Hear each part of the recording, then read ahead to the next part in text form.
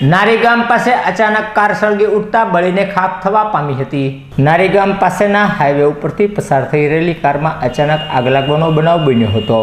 આગ લાગતાની સાથે જ ડ્રાઈવર કારમાંથી નીચે ઉતરી ગયા બાદ બનાવની જાણ ફાયર બ્રિગેડને કરવામાં આવતા ફાયર કર્મીઓએ દોડી આવી આગને બુઝાવી હતી, જ્યારે કાર બળીને સંપૂર્ણ ખાખ થવા પામી હતી।